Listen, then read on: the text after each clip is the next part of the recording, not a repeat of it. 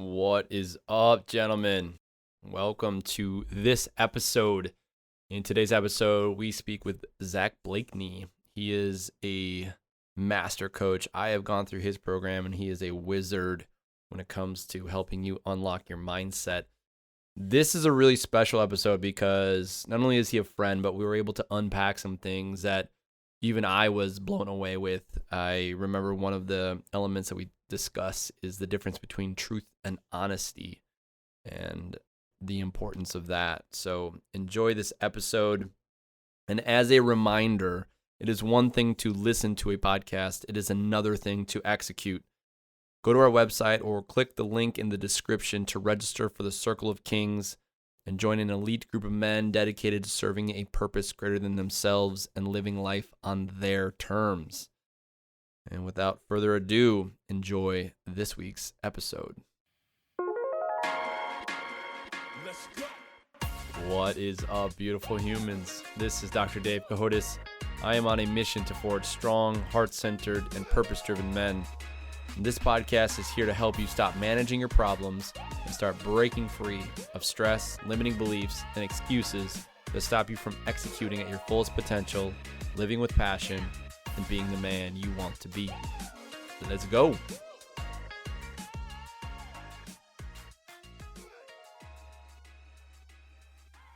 Welcome to the show, man. Happy to be here. This is episode 001. I feel so honored. And I am super pumped by this. Actually, what an incredible day. We're out here having a cup of coffee, talking about how to be an unbreakable man. And that's what the name of this show is. Such a good day. So let's dive right into your story as a man. Let's start your childhood and then walk me through how you've become the successful man you are today, right? Like we'll start there and we'll just unpack. All right, let's unpack it. That's the story. I love it. So as a man, I was raised into an environment that was pretty good. Yeah. Like, I really don't have a lot of complaints in a sense of how I was raised. I was raised in a middle-class white family. My father was in the military. We had everything that we could ever want, right? So, I mean, like, I didn't have a lack in a sense of the materialistic things. Mm-hmm. My trauma, I guess you could say, that centers around that was that my father was an emotionless man. So he did, I mean, the military did that to him, going to war and doing those things had that effect on him. Yeah, so he's got stuck in the warrior. Yes, very much so. Yeah. And even more so, I mean, he battled really intense anxiety to the point where, you know, no one's ever diagnosed him, but I can now experience what I've experienced from the generational thing, which I'll get into, but it was OCD. He was attached to the schedule and how he had to do things, and a lot of the things that he wanted to do didn't have anything to do with spending time with us. And I've since reconnected with him, and he's gotten more into his emotion, and he can see now, like, much better, right? Hindsight's 20/20. But that was probably the hardest thing growing up, is that I didn't understand what love was when it came to intimacy and care and compassion and tenderness. Like, I didn't have a lot of that. How does that experience shaped you? Well, for me, I became very emotionally numb. So things I didn't know about myself, for instance, when I was 5 years old, I was chewing my fingers down to the nub. I'm 5. Right? I don't understand why, and I didn't understand then. And not only was I doing that, I was doing all sorts of different compulsions. And at the time, again, no idea why. And then once I got into ninth grade or so, dial-up internet was getting a little bit more advanced. We went into broadband, right? No more AOL and all that kind of stuff. So then high-speed internet came into play. And again, I had access to a computer, and I had a private downstairs basement, and I had a computer, and I'm 14, and what did I start finding is pornography. So I started to become very attached to watching this thing because I'm a horny, kid at that point. I have no idea. And it became. I don't think any man can relate to this right now. Right? Oh, you're telling me I can find naked women for free all over this thing called the internet? Oh my God. And you can find much more now. Yes. But at the time, it was revolutionary, right? All in a sense of like what you could find, the information you could find. And And my parents did the best that they could to block the things that, I shouldn't be looking at, but I'm a pretty smart guy and I was a pretty smart kid. Yeah. So I got myself very wrapped up into that. And that, to me, now that I see it, it's like, well, I didn't know how to experience intimacy or love because my parents didn't really show that with each other. The most I ever saw them do when we were in high school is hold hands on the way to church, right? So and maybe a pet kiss, right? So there wasn't a lot of like compassion inside of it. Yeah. So I was kind of like escaping through that, but also to go back to, chewing my fingers when I was 5 years old, I had a lot of anxiety as a kid. Do you know what you had anxiety about? Well, now I understand it to be karmic. Now I understand it to be past lives and bringing that into this space of having this unhealed trauma from past lives that was karmic. Only reason why I would be 5 years old chewing my fingers in the nub and having compulsions, right? And it feels right to me at this point. Yeah.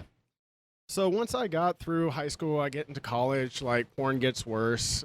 I start having, something called porn-induced erectile dysfunction, which is literally you start rewiring the neurochemistry of your brain to be aroused by a computer and not by a person.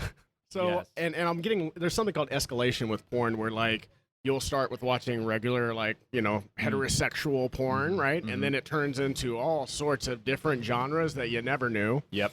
And it's just the escalation because of the dopamine hit of wanting to see more and more and more to get to a certain point. Yeah.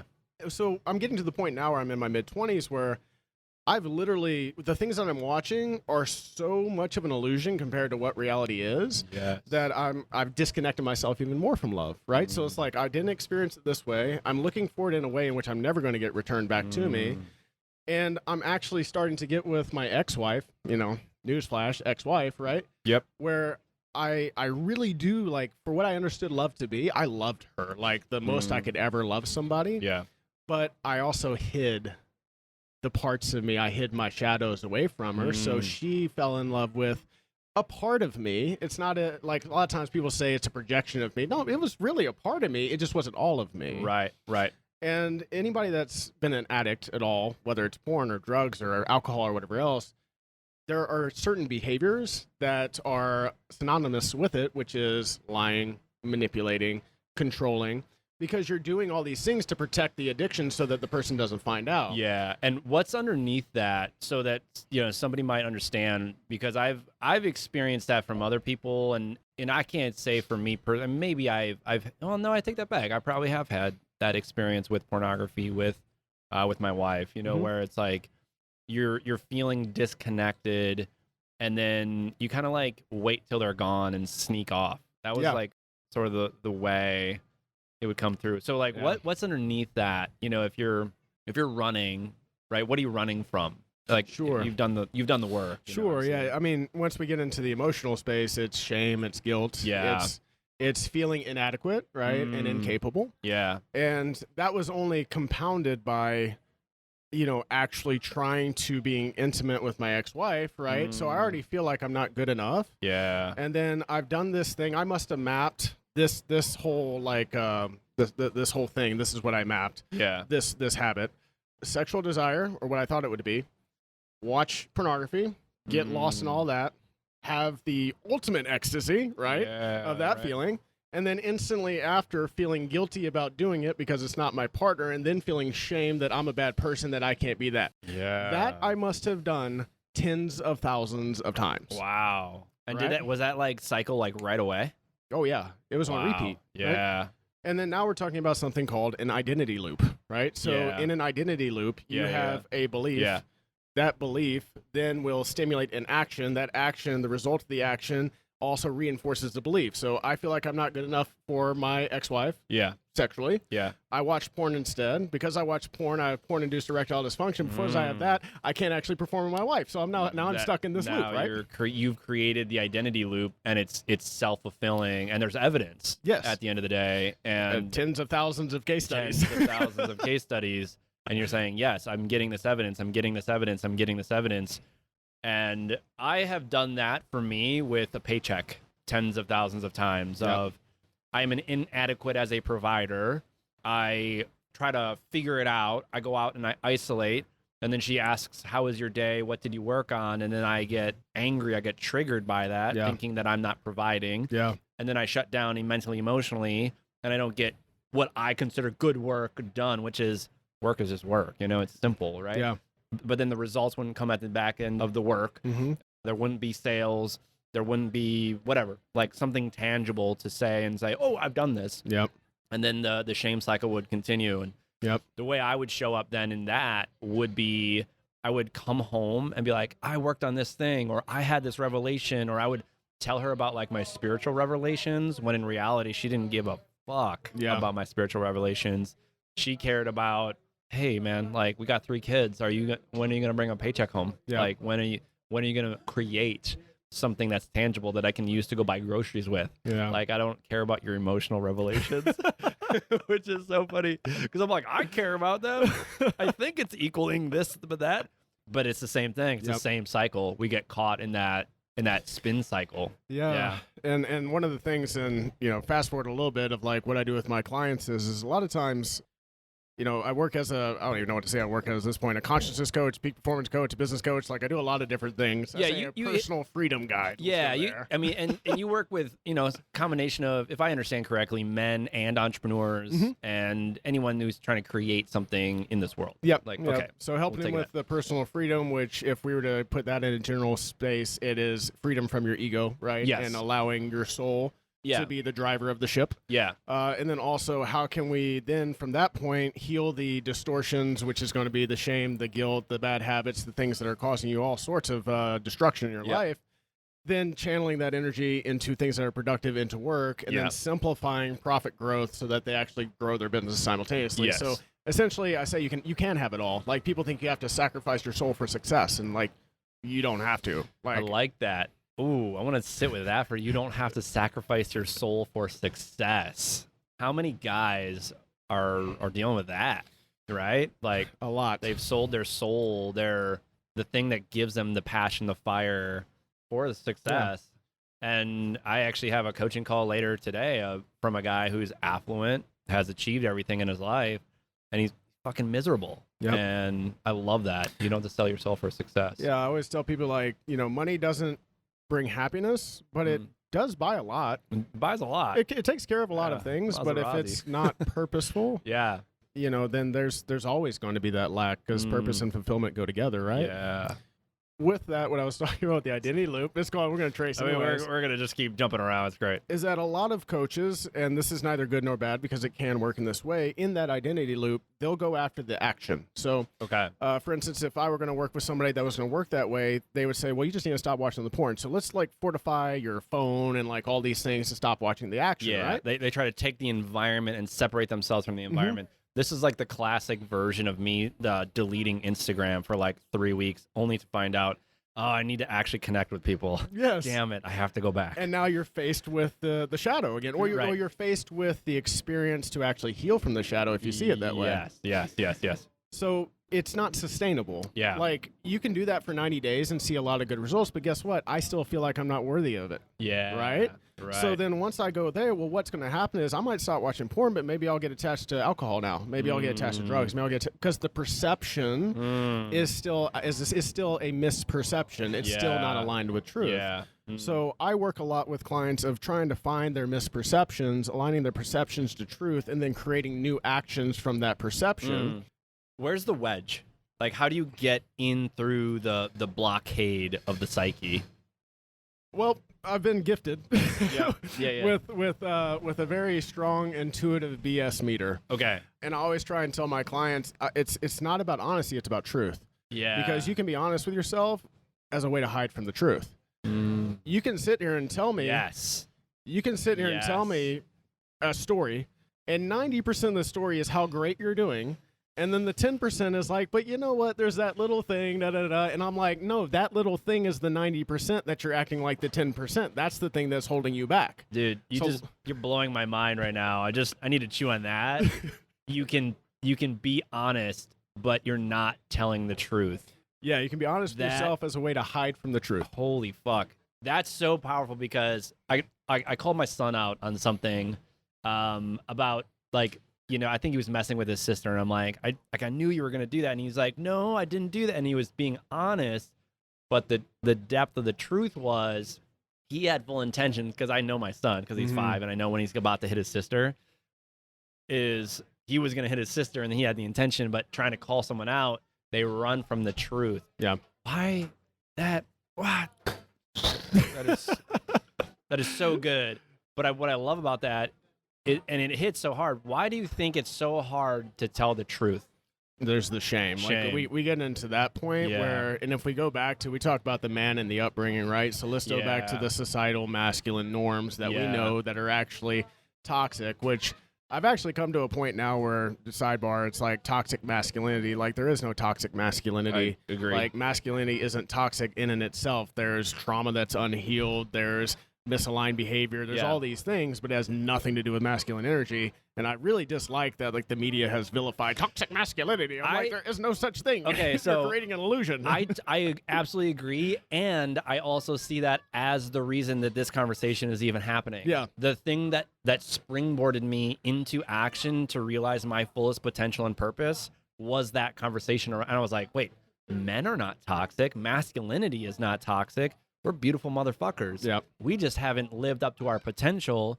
We've lost initiatory process, ritual process in American society, in the Western culture, and therefore we're just a bunch of grown-ass boys running around still, doing drugs and masturbating and drinking too much alcohol and just kind of being jackasses. Yeah.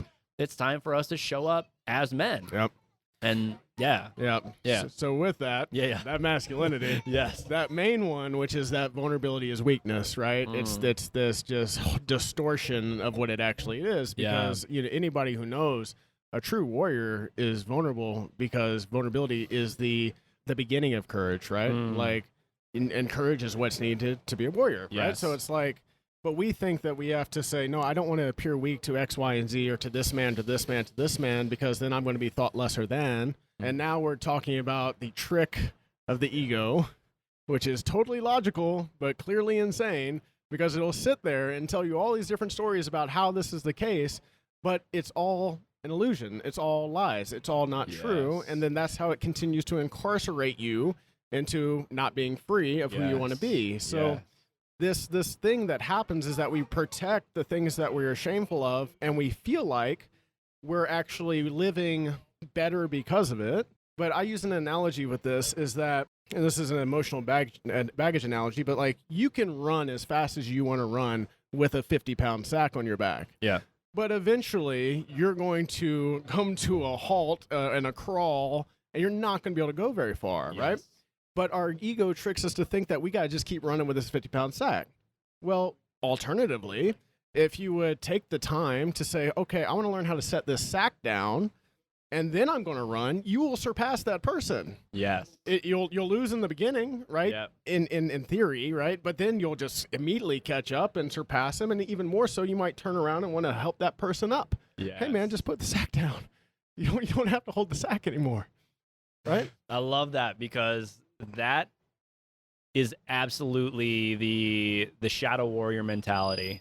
Everybody get on my back. I got you. I'm going to be the hero. It's like, I mean, that's really what the shadow warrior is, the hero. They're the one that's going to run headlong into battle without actually understanding their own personal vulnerabilities, their own strengths and weaknesses, understanding their enemy, or if there is, proverbial enemy, and how that's going to affect their actions and reactions. And like, they don't think ahead. They just want to get the accolades and these things. So they carry the wounds, they carry the trauma. Even when we're talking about emotions, they're carrying this baggage for years and years and years, thinking, yeah, I can outwork this pain. Yeah. I can outwork this by going out there and getting more money, having sex with more women, buying more cars, whatever. Yeah. And when is more ever enough? Right. It's a never-ending trick of the ego that you have to achieve to feel worthy of who you are. So does the man who is going through this cycle, does he stop this cycle when he announces to himself that there's an underlying pain that he's running from? Or is there something different? Well, yes, in a sense of accepting. So I have something I call 3 keys to speed, and it works with everything. You want to expel trauma, you need to accept that you have trauma, then you need to seek to understand why you have trauma, and then you need to forgive the trauma. Well, you want to level up, right? You need to accept that you need to level up, that you need to change. Then you need to understand how to change. Then you're probably going to have to forgive yourself for not changing fast enough in your own mind, right? Yes. It is these three things. And too many times, the forgiveness part is always the hardest part because it's hard for people to understand how to forgive themselves and how to forgive others. Absolutely. Definitely how to forgive themselves. How to forgive others is a lot easier. But the thing that's maddening about any time that you want to do this, because it's a blend of the spirituality of like, okay, I can actually come into a space of expunging the shadow or expunging the shadow, right? And saying, okay, this is a very ethereal spiritual thing, but then I still have to remap my subconscious or my conscious behaviors into my subconscious. And that's a repetitive, grounded, very 3D thing that you have to do. Yes. And that's the biggest thing that happens when I'm working with my clients is that I start them 3D. I'm going to use that. And then 5D is intuition. So I start them 3D. And then I used to have this, I'll tell you this as well. I used to have this visualization that I was speaking up here and they're up here and I'm going to bring them up to me. And I realized that the ego was tricking me in that as well. So I'm like, no, it's here. I'm trying to collapse time for them, right? So it's ahead, but it's not better than, right? So it's like, okay, I'm going to bring him here to collapse time, but then I'm got to bring him back down to earth again. Like, I can't bring you out of this without bringing you back down. Yeah. And a sidebar, but also has to do with it, is that I ran into somebody the other day, and I was talking to him, and his deflection of being honest with himself and not telling the truth was that he kept telling me he was conscious. So when I was talking to him about things, and I wasn't trying to coach him, we were just talking on a higher level, I guess you could say, in a sense of a conscious level. Let's just say a conscious level. Yeah. And ego flowing in the higher conscious level. And I was trying to just talk to him about shadows, because I was actually talking a little bit about my own addiction and stuff like that, but he would not know. He was like, no, I'm conscious. Like, it's not a big deal. I was like, bro, when you're conscious, it's harder. Like, why are you telling me that doesn't mean it's easier? Like, when I was blissfully and painfully ignorant at the same time. Absolutely. Right? I didn't know any better. Yeah. So there was a hopeless feeling. There was a lot of like, well, this is just the way it is. Like all of those things. Yeah. But once I took the red pill and came out and came out of the matrix, now I'm like, oh, now I have the duality of what was to what is. And I always say sometimes I'm on the verge of either dementia or reality. And I teeter these lines back and forth. Yeah. And that's the hardest thing about being conscious is that I can look out and see where we're at right now, and I can say, tapas and a bar. Like, cool. Basically, you're just selling food to us at a higher price where I could just go and grow that and do it with seeds and not have to pay anything, right? So what's the point of you, right? I can get into that space if I want to. Yeah. But the reality is there. Right. So I can't just discredit it as not being real. Right. Even though ethereally it's not real. Yes.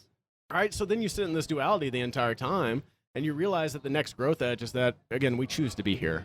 Yeah. Like, no matter what happens, like, I chose to be here. Yeah. So I can't keep discrediting the tapas bar over there because I'm choose to sitting in front of it right now. Yes. Right? So I'm gonna backtrack us to becoming conscious as a man, right? And this is for anybody, but you're going through this cycle of shame, action, react. We'll call it reaction. It's not even action. It's just reaction. You were just in the spin cycle. You were in the loop. You have a moment where you kind of put the wedge in the cycle, and it's like everything comes to stop, right? Yeah, I didn't put the wedge though. Okay. Something happens, right? There's always like a moment, like when you have to see it. Generally, it's when things are falling apart. Yeah, that's what I'm saying. I didn't put the wedge. Okay, there was a wedge put. Yes. There was a wedge. It was put there for me. Given unto you by the universe. Which I didn't see as a gift at the time, right? Yes. Yeah, called I had a business failure. Talk me through that. So when you became conscious. Yeah, so, once I was with my ex-wife, and for the first 2 years or so, I stopped watching porn so much. Like, I actually said in my mind, I was like, this woman healed me. Yeah, of course, that's not the case, but like it did for that amount of time. And then after the 2-year mark, things start getting comfortable, and with comfortability comes back old habits, and I get back into the habits. And I also got it. I'm a former bodybuilder, so I also got into a bodybuilding world. And if you're willing to put a needle in your butt, you're willing to put anything into your mouth. So I got really wrapped up into drugs. Got you. Right. So now it's like, oh, I feel unworthy here. Now I'm taking drugs to manufacture joy, right? Through another thing. When you're taking drugs like MDMA, like feel great on it, and then the next 2 days you're depressed. So like now I'm like literally making myself bipolar, like just through this process, right? It's like every weekend I'm partying with drugs. Monday, Tuesday, Wednesday I feel like crap. Thursday I'm starting to come back to, oh, let's go and do drugs again. Now it's like this cycle the entire time. Yeah. So essentially what happened was that my wife didn't even recognize who I was anymore, right? I mean, she literally started to tell me she wasn't in love with me anymore. She didn't know who I was anymore. That caused a lot of problems. Eventually, I was, again, it came out about my pornography addiction. She had known, like, let's be 100, like, her intuition. Yeah. And I had lied about it multiple times and covered it up. And she chose to believe the lie, at least accept the lie, right? And enough so that we stayed together. And then finally, I remember this day. We were leaving the House of Gains, the gym I used to train out of, and she holds my hand, and we get to the car, and she grabs my phone.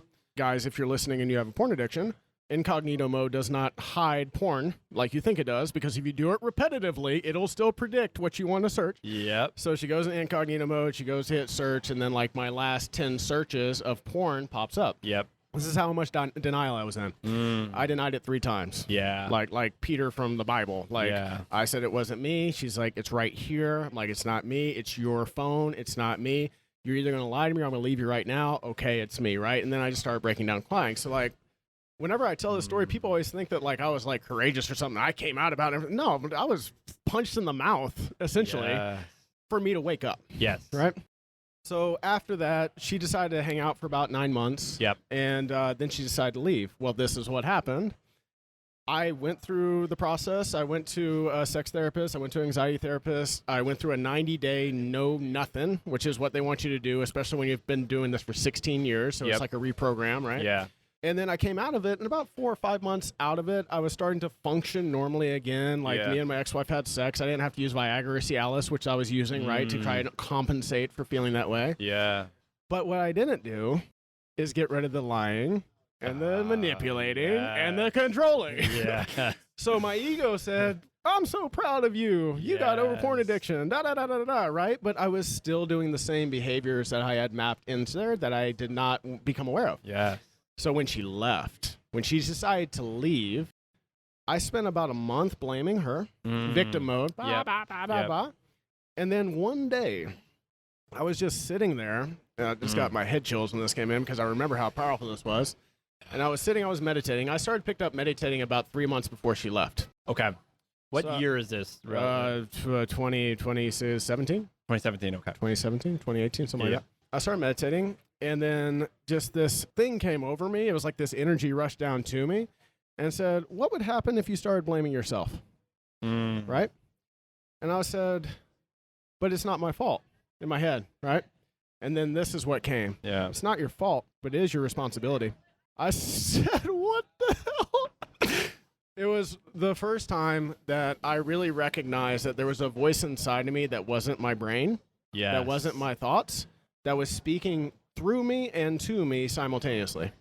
I want to like throw my hands up and run around because that was that when you become conscious, there is like this absolute truth to the universe. You are now responsible. Yep. Responsible, right? Like, how are you going to respond to the damage you've created for yourself, for your family, for your kingdom? Yep. And how are you going to show up now? And you got a lot of work to do. It's like when Scar takes over the Pride Lands. Yep. And the Pride Lands are just barren. Like, yeah, the universe is going to help you out and kind of give you some rain. But you got a lot of fixing to do. Yep. And then we Fucking always, powerful. talk about me and Liv, is my CEO, that we do this work together. We always say that the gift is on the other side of the shadow, right? Absolutely. So why do I have such a strong BS meter now? Because I was the master BSer. Yes. Right. So like I know what lying feels like. Yes. I know the energy behind it. Yeah. I know what I would do with my face. I know the stories I would make. I know how I would deflect. So I didn't know that at the time about myself, but once I started doing the work on myself, I learned about myself to help me understand others, which is what self-awareness is when you actually do the work. Yes. So what happened from that point forward is I've always been somebody who can get obsessed with something when I'm really called to do it. Yeah. And I got obsessed with learning about the mind, I wasn't really too much into spirituality just yet. It was just very 3D. I was learning about the mind. I was learning about subconscious remapping. I was learning about, like when I would meditate, there was a spiritual source, but I wasn't aware too much of it. It was just more for the anxiety to relief, the 3D stuff, like anxiety relief, stress relief. I was doing it for that reason. Yeah.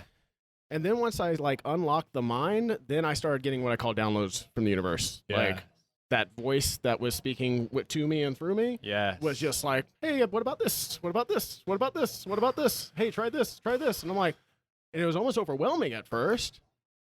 But every single thing that's come to me has been put into practice, and everything that comes to me that I put into practice doesn't always end up in a positive result, or how about this, a result that stimulates joy. It always results in something that stimulates growth. Yeah, I want to stop and appreciate that too, because the process of evolution is not easy. And you touched on it of your process, your 3-step process. Mine is very similar when I'm coaching someone, which is simply just you have to bear witness. Any wound remains a wound until it's witnessed. Mm-hmm. It just is that. In fact, last week, my wife and I, we witnessed something in our relationship that was just sort of dormant. It was sort of down there. It was like sort of this unconscious bias towards each other in a certain context. And it was like that bubbled to the surface. And I was just like, I was an angry banshee for like a day and a half. Yeah. And I was so pissed at her and she was so pissed at me. But it really wasn't. It was over something so just absolutely benign, which is hilarious. But then when we finally got down to it, and you become responsible. Yep. Right. You have to accept. You witness. You accept, and then you forgive. And what I've been doing with guys and myself is actually surrendering to the shadow. Yep. And that creates integration. Yep. And that's where you become both conscious and integrated. Yep. And that's powerful. And it's not easy. Yeah. It's not, and that's what you just touched on. It's not. Yeah.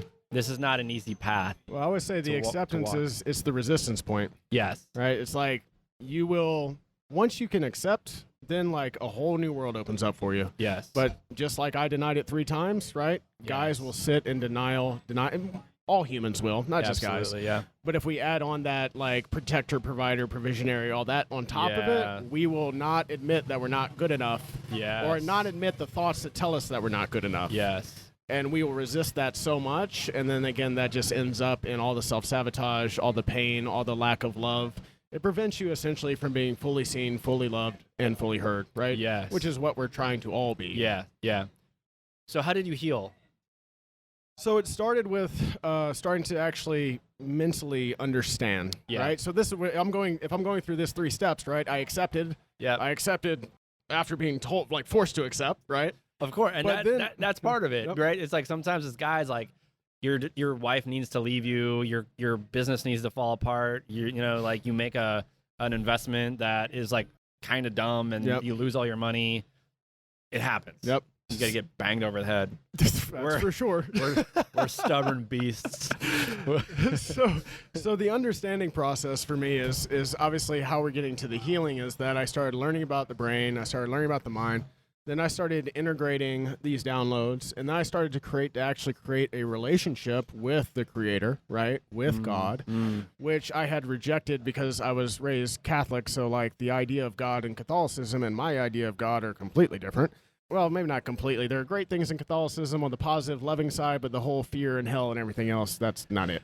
So a metaphysical place that you can go to when you're after this life. This will be the first time I ever publicly announced this. I'm going to be writing a booklet that's this upcoming year called The Belief in Hell is Keeping You in Hell. Can't wait to do it. Oh, I'm excited to read that. So with that, so I started getting a more understanding of what my relationship was. Yes. And then by just accepting that I wanted a relationship, I then was opened up to different channeled works like the Law of One, like A Course in Miracles, a lot of different channeled works that are coming from, again, if we get too ethereal, godlike beings that are coming in, right? Yep. To let us know that we're all God, by the way. So I say godlike beings, and we're sitting here as God. Yep. And so is this window, if anybody really cares. Yep. And everybody passing by. Everything we see. Everything. And once that happened, a lot of healing started to happen. Yeah. Because I had an abandonment wound, right? And this abandonment wound of my ex-wife leaving me. But then I realized that I'm everything, and how can I be abandoned by everything, right? I can't. Yeah. Like I can't be abandoned by anything that is everywhere. Yeah. And I was like, wow, that's a new perception. Now we're talking about perceptions, right? Yes. So now we get to perceptions. And then I was like, oh, okay, so now I'm learning about spiritual evolution. Well, what if prior to this incarnation, I designed all of these distortions and challenges and experiences and everything else? What if that's the case?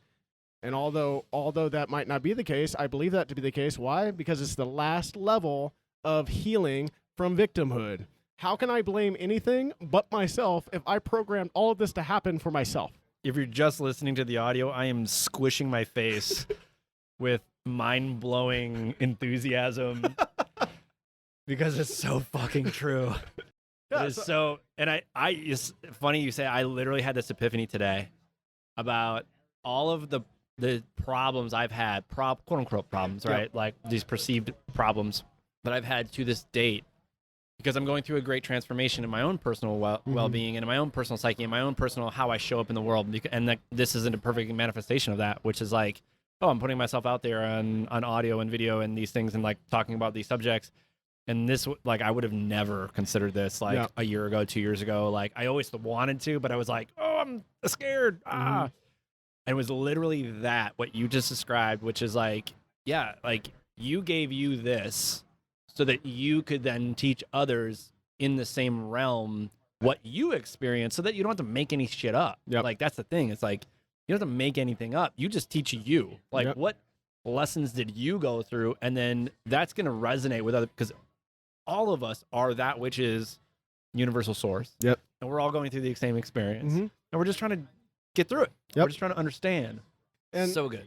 And again, this is I'm talking in a lot of like matter of fact, as if I'm like perfect at this. I'm not. So disclaimer, right? I'm still human. I'm still living this experience. Yeah. But like, let's go with another thing that healed me. I used to be very judgmental. And like, if you're judgmental of others, you're definitely judgmental of yourself, right? Well, now I just see you as me. So like, just by seeing you as me, that takes away from my prejudices, that takes away from my judgments, that takes away from all these different things that would limit my connection with you. Yes. And now I can just look at you as a brother, as an extension of me, as an extension of this whole thing. Yes. And then now I'm not so worried about what am I going to say? What am I going to do? So then now I start connecting with people at a much deeper level just because I'm not judging them, right? Yes. And you're not judging yourself. And I'm not judging myself, right? And then that allows me to hold grace and space for all sorts of people. Yes. And it also allows me to say, cool, I'm going to hold grace, but at a distance as well. Yes. I love you. And also fix, you need to work on some things. Yeah, let's not say fix. And that's okay. We need to work on some things. I was going to say, and it's okay to have boundary. That's super important. Yeah. It's okay to have boundaries. And then the last thing that came through that really helped me with the healing was a grounding statement that I actually regurgitate to a lot of my clients that end up going through something traumatic and now they're trying to work through it. Yeah. And this was a download. Said I was doing the best I could with the knowledge that I had. Yeah. And like, it did two things for me. One, it allowed me to heal, to say that really was the best. I could have not done any better. Yeah. Like, that's all it was. The knowledge that I had motivated me to learn more. Yeah. I was like, okay, so if I ever want to not be in that space again, I need to learn as much as I can. So it was a duality. And that was I feel like it was like the last thing that really took away from the backpack. Yeah. Right? And it's not that I'm not building some emotional baggage as I continue to live my life, right? Yes. It's just never going to get to 50 pounds again. Yeah. Like, it might get to 5 or 10 before I'm like, hold up, something ain't right. Yep. Right? Yeah. And now I'm going to say, now I'm more inquisitive about what isn't right. Yes. And now through my own practices, I have grounding statements. I have something I do with my clients called the Invincible Shield, which is like defining my authenticity. I can turn around, I can look at it, I can say, oh, I'm out of alignment right now because I'm wanting to be compassionate and I'm being judgmental. So for me to stop feeling this way, I need to lean on compassion and empathy. How could I see this experience? How could I see this person I'm judging through the lens of love? So can I add to that? So I absolutely agree 100%. And here's the interesting thing. It's as if we're all carrying this backpack, right? This proverbial like energetic backpack. And sometimes that 5-pound weight's not even your shit. Yep. Sometimes somebody else puts something in there. And for you to have more consciousness, which is simply just awareness around energy and like the way you're feeling, the way you're experiencing this reality. Are you lying? Are you not lying? You know, are you running? Are you whatever? When you become more conscious, you recognize, okay, this is mine, or is this mine? And then you can differentiate, is this actual ego? Is this shadow, which is different? Is this inner child? Or is this somebody else's shit? And if it is somebody else's shit, now it's like, oh, I know I have these processes to release this and allow myself to clear. And so you can reconnect and align to something greater than yourself, like a higher self, what I call your unbreakable self. That's what this whole thing is, right? So like you're actually guided by something higher than yourself so you can move forward and just release that baggage. Because here's the thing, and this is like a misconception of healing. I think in the healing world, well, there's two misconceptions. One is that you're always broken. like the personal development gurus and the healers out there. That's the 12-step method. Right. Makes you think that you're always broken, which is I disagree with. Hi, I'm Zack, and I'm an addict. Yeah, right. Which I totally disagree with. But in the same sense, there's always there's a new level. Like if you perceive something, you want something, higher self gives you opportunity through desire. Like I think we talked about this earlier. But then your ego gets in play of like, well, I'm not that, I'm not this, and that. And then it's like you have to level up. So it's like this game we constantly play of like, yeah, like I would like to have a larger business. And what does that look like? It looks like this. And then your ego comes in and it like kind of gets that juicy feeling of like, yeah, I want that. Yeah. And then you have to literally shed yourself through these processes, become more conscious and aware, allow yourself to shed these old skins, and then you become a greater version of yourself. Yep. And I love that. Yeah, there's some there's one thing that you said that I kind of want to talk a little bit more about, which is like the ego and the shadow and the inner child. Yeah. I would argue in this space that the shadow and the ego are one and the same. That what happens is that before we become conscious, we are essentially our ego. So everything that happened inside of that space, the ego was the driving force. And either the ego is the driving force from karmic stuff that's coming through and then just using that same karmic energy, or it's coming from the experience that we're actually creating inside of ourselves, inside of that. And then once we become conscious, the ego says, cool, oh, you're conscious, that's cool. All right, so now you're going to start building that stuff. Okay, that's cool. Well, I'm going to go back and grab that thing that you used to do, and I'm going to throw that in your face real quick, and I want to see if that's going to fish hook you back into me. So the ego is a shapeshifter like that. So if I were going to use these two voices, you have the inner critic, which is the ego, which is everything. Yes. Other than the what I call the inner guidance system as a non-threatening word of saying like the Holy Spirit or your intuition or whatever else is always saying the same thing. Love, equal, love everybody. Everyone's equal. Forgive yourself. Be courageous. And then the ego's like, be prideful. You don't need any help. Fuck that other guy. Like judge that other person. But then let's say you want to level up. Let's say you want to do something, right? You want to start your own business, right? Yeah. Cool. I want to start my own business. That's coming from your inner guidance system. Ego. Well, you don't know enough to start your own business. Inner guidance system. No, I'm totally capable. I know what I'm doing. Thank you. Well, you remember that last time you tried to start your own business? You remember how terrible that was? Yeah, but that was the last time. I think I learned my lesson that time. That's cool. Well, what do you think? What about your wife? Your wife's over telling you that you're not making any money. So, like, why don't you just stop doing what you're doing and find something to make money? So the inner guidance system is always rigid, and the ego is like, story.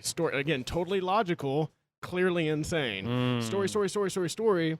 And then also uses its past victories to bring in trauma flashes to try and keep you back into that space. So I see the ego as being, in the way of what you're talking about, ego uses inner child, ego uses trauma, ego uses these things because ego was the initiator of a lot of these things. So you're describing ego as shadow. I feel that ego and inner child essentially remain the same, where it's like a want, right? And that keeps us like in comfort, and we're afraid to move forward, essentially. And for me, the way I see shadow is like essentially like if there's shadow, there's light, and there's sort of like two poles of the same essence. And so we have to both navigate. It's like ego is like this is the way I think of it. Yeah. Like ego is like the hero, right? Trying to move through the journey, through the lessons, trying to understand. But then the hero ultimately kind of levels himself up. He has to release his old ways, his old patterns, but he also has to face his shadow, which in this case could be like Luke Skywalker is like the ego, like vessel, the ego. And then the shadow aspect of that is that which is Darth Vader. And the light aspect of that is the Jedi, like the essence of the Jedi. So it's like, that's kind of the way I sort of view it. It's almost like 3 in 1, but in the same sense, it's all one. Yeah, it's all you. Exactly. Yeah. But we're all like playing it out. Yeah. I want to go back to your story because I want to tie together, your healing journey, how you're showing up now in the world, and then what you're doing. Both for yourself, but also for men, for business people, for entrepreneurs, and then obviously dive them into your program. Yeah. So with that, once I got through the process of starting to be repetitive, and that's one of the things, like something I tell my clients sometimes, Like, okay, what's the perception? The perception's wrong. Cool. Now we're gonna come up with an empowering perception. Yes. I'm gonna use something super general. I am powerful, right? Whatever. Yes. Okay, now I want you to go on a 20-minute walk, and you're gonna say I am powerful the entire time while you're on a 20-minute walk. Yeah. And their ego will say that's stupid. That's not gonna work. What are you talking about? I was like, just humor me and do it for 3 weeks. Yeah. 3 weeks later, bro, I think I'm starting to believe those things I'm saying to myself. I'm like, because that's how this works. Right, so there's that remapping. So that's what I did. I did a lot of remapping. I ended up going to a new gym because I didn't want to be at the old gym. For 25 minutes, I would be saying, I love having sex with women repetitively in my car to start to get over this fear that had been mapped into me, right, of intimacy and all these things. Yep. I started being very, very, very intentional with a morning routine, and a part of that was setting intentions on behavior that I wanted to be. Yeah. A lot of times, the guys that I work with or anybody I work with, they can't answer the question, what do you want? And like, how can you have a direction if you don't know what you want? So a lot of times that question we could talk for an hour about that. A lot of times that question is overwhelming as well, because I'll ask them what they want, and they're trying to think, because they're entrepreneurs, they're trying to think of like their ultimate vision. I'm like, no, that's cool. What's something that you want that you would like to have in your life right now that you feel like you don't? And then we can get to a point where it's like, well, I would like to have a better relationship with my wife, right? Yeah. Or I would like to go to the gym a little bit more, or I would like to, stuff like that, right? I'm like, that's the stuff that we can work with. Okay, now you know what you want. Now let's clearly define what you want, and now let's start setting intentions towards what you want. Yeah. And we were talking about this before we got on the podcast. I always say the intention is the fuel for the soul to drive the mind in the direction that you want to go, right? Say that again. The intention is fuel for the soul to drive the mind and the body in the direction that you actually want to go. So it's like setting a potential. Free will choice. Yeah, so it sets a potential, and that creates the direction. Yep. And there's the weight of intention to desire in your mind. I'm really big with words. So like you can say like I respect you, or you can say I honor you. You can just say that, and honor just like sits like a lot deeper inside of you. Or I can say I'm committed to you, or I'm devoted to you. Ooh. Devotion sits really hard. It's the trunk of mind that it sits in, that it actually activates the soul to upreach towards that word. So intention does that for me. I can say I desire to be better, or I intend to be better. So or what I choose to be better, or I am better. Well, that's a big one too, is the choice thing. Yeah. And I want to be versus I choose to be. So, similar example. So I'll have them set intentions, and it's just becoming aware of your intention. What do you intend to do? Yeah. And sometimes setting intentions isn't enough. It's setting an intention with an action item to it. Okay. So like blending an intention with a SMART goal. I intend to go to the gym at 5 o'clock and give my best effort. So now we're being like really like it's at 5. I'm going to go to the gym. I'm giving my best effort, right? So we're getting really detailed in the intention. Okay. It really helps. So let me just like challenge that, because I've done that and it didn't help me. So it's not a one-time thing. Okay. Just as anything else. Or like setting SMART goals. I just felt like I wasn't getting under the root of the issue, which is like, I'm going to like, for me, I was always overdoing it, because underneath everything there was never enough.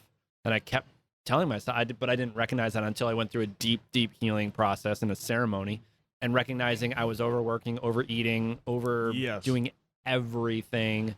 So I would set SMART goals. I'd be like, oh, I'm going to go to the gym 7 days a week. And so realistic one. Right. I guess that's the R. Is that the R? Yeah, that's the R. But also it's about, you don't know it's realistic until you can reverse engineer it. Yeah. So like if I'm talking to, like, let's go into the revenue space, and like I'm coaching a guy right now, and I'm like, what's your revenue goal for 2022? He's like $1.5 million in revenue. I'm like, cool. What was revenue last year? $350,000. Okay, we have a gap, right? All right, so let's take 1.5 million. Let's break down what your service is. Let's break down all these things. So we just reverse engineer it back to again, simplify the process. Yes. And he finds out that, okay, if I want to make this much money, I need to make this much per quarter. And then to make this much per quarter based off clients, I need this many clients, which is this many leads. That's what so until you actually literally do the work to say, here's a goal, let me break down the goal and make sure it's actually attainable, right? Yeah. Then you're just going to be spinning your tires the entire time. At that point, it's just a wish. Right? I wish I could make $1.5 million. Yeah. Okay, how? And even better of a question, what would it take? What would it take for me to do this? Yes. And then now you can actually start setting some intentions that are realistic. Yes. But if we're just throwing them out into the space with no grounded action that can come back to it, it becomes very hard and it becomes very defeating. What if we achieve the thing that we want and we realize I don't really feel any better? Well, that always comes down, I don't want to say always, I don't like that word. Typically, that comes down to purpose and also the over-attachment to the outcome, to think that this outcome is going to serve their happiness, which then just robs them of being happy. Yeah. A lot of what I do with my clients is I get them to define what happiness is to them right now. Yeah. It helped really well for me 2 days ago because I got into a space and then I turned around and I looked at my definition of happiness. It was like, I get to do what I love with the people I love. That's it. Yeah. Right? So if I started thinking that, I don't have like lack, I don't have this, it's like, wait a second. I literally get to wake up and work with the people I love and do what I love. Like that makes me the happiest person in the world, right? Beautiful. So what happens is this is ego trick of the high achiever is I'll be happy when I make $1.5 million, right? I'm scheduled to do it 2022. It doesn't happen, right? Oh man, I must be a terrible entrepreneur. I'm not very good. I'm not worthy of it. Like my wife should leave me. Like all this stuff starts coming in. You start self-deprecating. Yes. Right? Because you have to get that outcome for you to be happy. Well, guess what happened? You just robbed yourself the entire year of happiness because you are exchanging it there. Yep. And some people will rob their entire life of happiness in this constant rat race for this thing. Yes. So it becomes a point in which you have to find out, right? I like journey words. Like effort is a journey word. Practice is a journey word, right? It's not an outcome word. Process is a journey word. Yeah. Like it's literally about the journey. And I don't care how many people have to tell you this for you to hear it. It's about the journey. And I'm talking to myself right now. It's about the journey, right? So it's all about what we're doing. That's why we're having these conversations, is to coach ourselves. That's what I love about, I love that I get to do what I do because it is the process of learn, teach, and by teaching, I learn again. Yes. And now I'm mapping something repetitively into myself, so it goes into my being through the process. Yeah. It's of service and of service to myself. I love this. Okay, so you go through this entire healing process. You recognize these wounds that you're carrying as a child.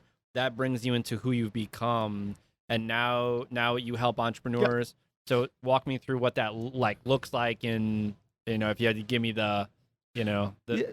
So the biggest thing that I'll talk about what I'm transitioning to after this as well, but please. In generalities, the biggest problem that I have that comes with entrepreneurship is being able to focus and prioritize. Focus and prioritize. Yeah. If you look at the Raising world, my hand right now. Right? My phone just fell, but it's like distractions are literally everywhere. And inner conflict is created by the distraction. So I actually have been positioning inner conflict as being the biggest time waster that you could ever find. Yes. Because we could do some math and I could say, okay, if you're going to spend 2 hours a day in inner conflict, you're going to multiply that by 7. That's 14 hours a week. If I multiply that by 52 weeks, we're getting into a very large number. Yes. I'll tell you that I've already done this math. And then if you bring it all the way to the end of your life, you're spending 3 years in inner conflict in yourself. And that's just an average of 2 hours a day. So what would happen if you could just live life without inner conflict? What could you do with three straight years of confidence, clarity, and certainty? What could you do with that? That is, that alone is worth so much gold. Yep. So it's the ability to recognize, and this all goes back to choice and free will, is that you're choosing either your suffering or you're choosing, to live happy, or you're choosing to be in conflict with yourself. Yes. You're always choosing. Yes. So if we can empower the fact that it's your free will to choose, and then we can start to break down what you're in conflict about and create clarity through grounding and all these other things. Yes. And then through that process, start to align to what is true. Now we're achieving something I call singleness of thought, which is the ability to focus on the things that matter and the voice that's empowering you to be more. So that's kind of the freedom part of it. Inside of that, I've helped clients heal from porn addiction. I've helped clients heal from alcohol addiction, drug addiction. I've helped clients heal their relationship. Sometimes their relationship is, out of wax, and that's causing the conflict that's carrying over into the business, right? Yep. So I'll raise my hand and say that was me. Absolutely. So whatever it is, we work through the conflict, create exactly who that person is authentically, reveal it, live it, right? And then through that process, now that we have that out of the way, now you can start to accept these really simple business practices that also simplify your business so that you have the belief in yourself, you have the certainty, right? And now I'm giving you a practice to just run with. I love this. And then they just I love this. They turn so they're dialing in the depth of sensation that they're looking for, which is fulfillment, its purpose, its impact. They're able to tune into their essentially like what is their higher self calling them forward. And you help them put that into context, into a step-by-step process so that they can run forward with it. Yep, it's practice. Beautiful. And once they put it into practice, they start the subconscious remapping, and then they just are. They don't have to try to be anymore. Love this. They just are. They just be. So your challenge that broke you made you unbreakable. Absolutely. I love this. Again, you would never know if you were invincible or unbreakable until you were broken, right? Until you can be vulnerable about what you're doing. And that's the entire point of this conversation.